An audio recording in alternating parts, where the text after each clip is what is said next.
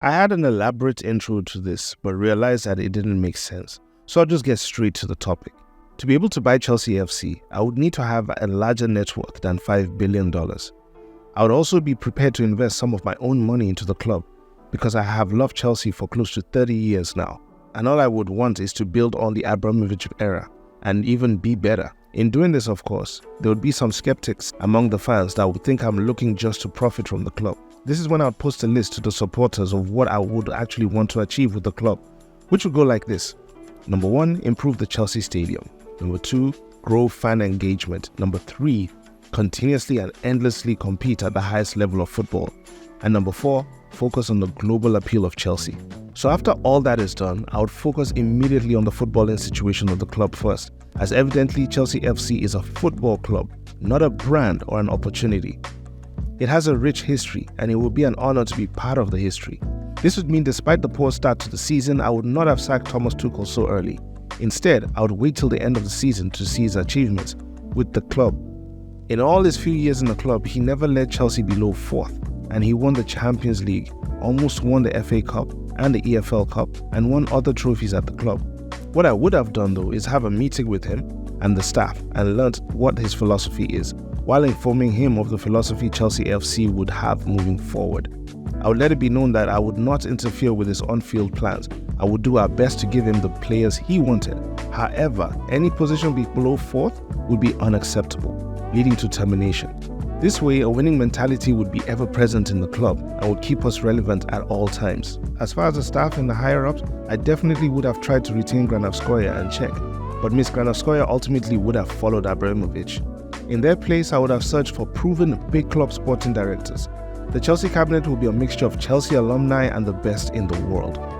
A single director would run the scouting and transfers organically, listening to former players. Former players seem to make better scouts than coaches.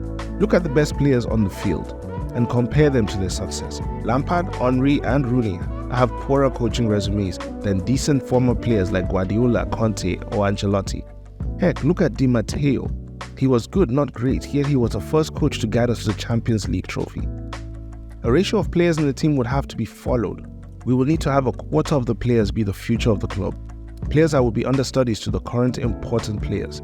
Then the second quarter would be players in the twilight of their careers that would display leadership on the field.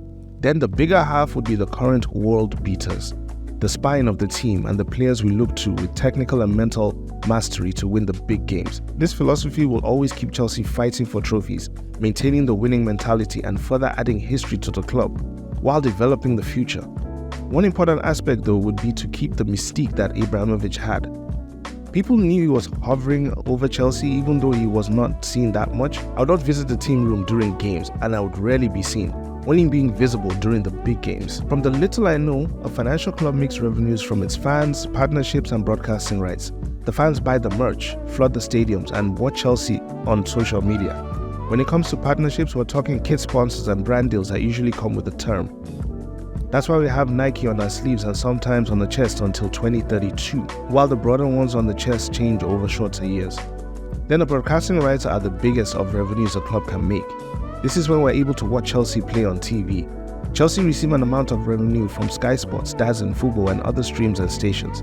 This is why playing in the Champions League is paramount apart from glory.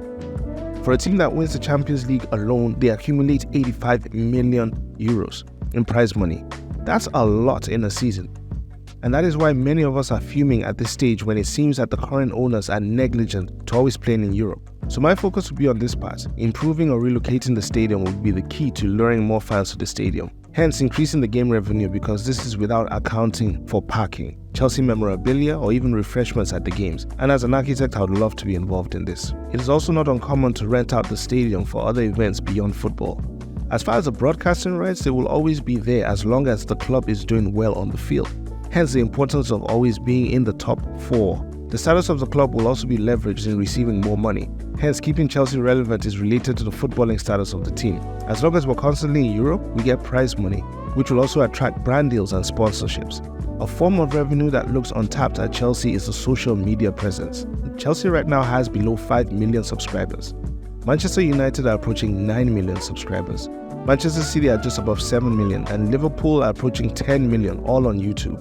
Building a team with more dedication to improving our presence on social media will also increase the revenue and attract more fans to the internet, while also acquiring more Chelsea supporters.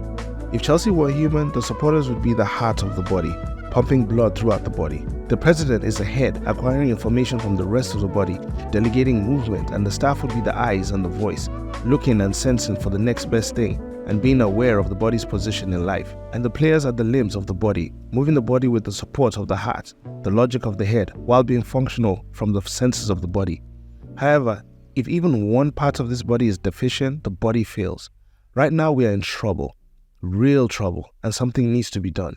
Anyways, if you have stayed with me for this long in my narcissistic rant, I would absolutely love to see what you would do if you were in a 1 in a billion chance of acquiring Chelsea FC. Let's have a chat in the comment section below. Anyways, what do you think? As we don't have the capacity.